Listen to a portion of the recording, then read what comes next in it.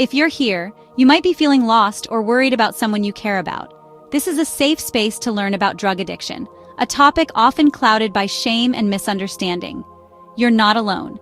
Many people are affected and many want to help. By talking openly, we can replace fear with understanding and judgment with empathy.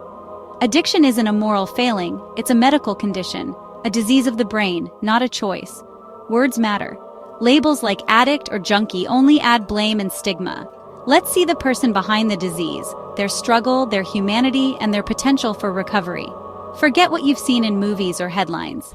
We'll look at the real science of addiction. We'll explore how it starts, what it does to a person, and why it's so hard to overcome. Most importantly, we'll talk about hope, because recovery is possible. People do get better. Lives can be rebuilt. This isn't a story about endings, but about new beginnings. Understanding is the first step toward healing. So take a deep breath. You've found a place to start.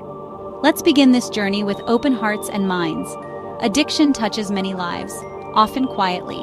By learning together, we can break the cycle of fear and misunderstanding. Compassion and knowledge are our tools. This journey is for everyone, those struggling, those worried, and those wanting to help. Together, we can build bridges where there were once walls. Let's start with understanding.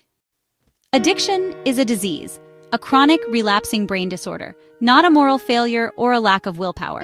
People don't choose addiction, just as no one chooses asthma or diabetes. Blame and shame only make it harder for people to seek help. When we treat addiction like any other illness, we open the door to compassion and effective care. Addiction affects the brain, changing its structure and function. These changes drive compulsive behaviors, just like symptoms in any other disease. Punishment and judgment have never solved addiction. Treatment and support do. Brain scans show us how addiction hijacks the brain's reward system. This is a medical fact, not an excuse. Shifting our perspective from blame to support is crucial. Ask not, why don't they just stop? But, what support do they need to manage this disease? This shift allows families to help without judgment and helps those struggling see they're not broken. They're sick and need help. Recognizing addiction as a disease is the foundation for recovery. It's the key to unlocking hope and healing. Let's leave blame behind and move forward with understanding. Recovery starts with compassion. To understand addiction, we need to understand the brain's reward system. Normally, dopamine motivates us to repeat healthy behaviors: eating, connecting, feeling joy. Drugs hijack this system, flooding the brain with dopamine and creating intense pleasure. The brain remembers this, forming powerful cravings. Over time, the brain adapts by producing less dopamine or reducing receptors. Everyday pleasures lose their effect. Only the drug brings relief. The person isn't chasing a high anymore, they're trying to feel normal. Addiction fundamentally alters the brain's circuits for decision-making and self-control. The prefrontal cortex weakens, while craving and habit circuits grow stronger. This is why people keep using, even when it causes harm. Their brain is working against them. Addiction is not about choice. It's about a brain that's been rewired.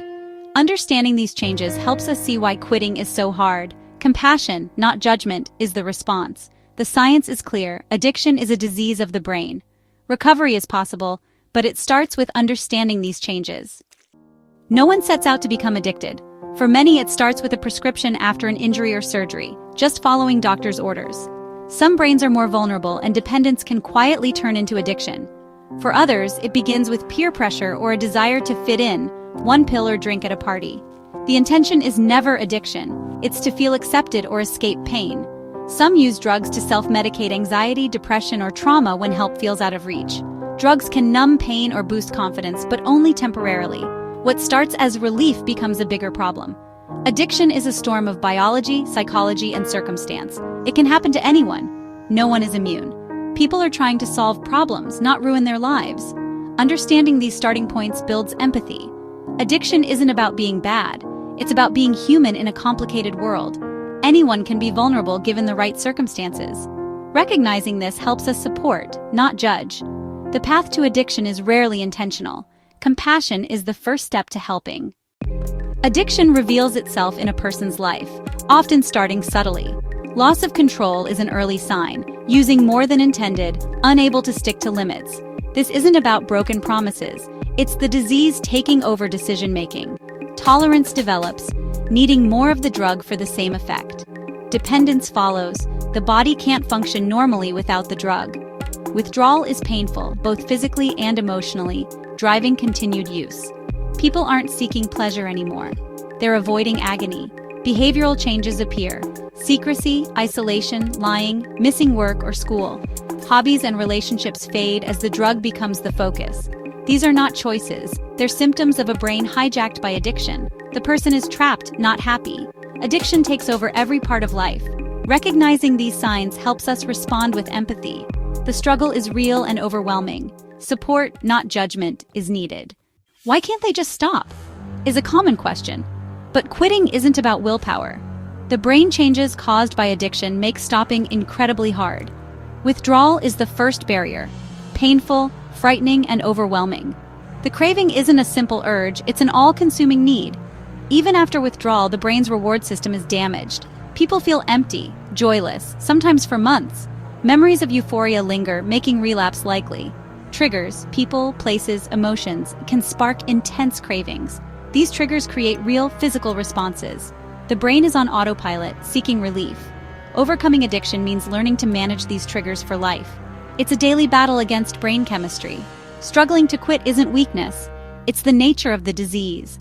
Understanding these challenges is key to supporting recovery. Compassion makes all the difference. Despite the challenges, recovery is possible. Millions live full, happy lives after addiction. Treatment is the first step. There's no one-size-fits-all solution. Medically supervised detox helps with withdrawal. Therapy, like cognitive behavioral therapy, teaches new ways to cope.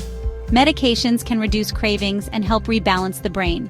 Support is essential. No one recovers alone. Family, friends, and support groups like AA or NA provide community and understanding. Recovery is a journey, not a destination. There will be setbacks, but relapse isn't failure, it's a sign to adjust the plan. The brain can heal, new, healthy pathways can form. People in recovery rediscover joy, rebuild relationships, and find new passions. If you or someone you love is struggling, reach out for help. You are not broken or alone. There is hope and a community ready to support you. Recovery is real, and it starts with understanding and support. Every day is a new beginning. Healing is possible.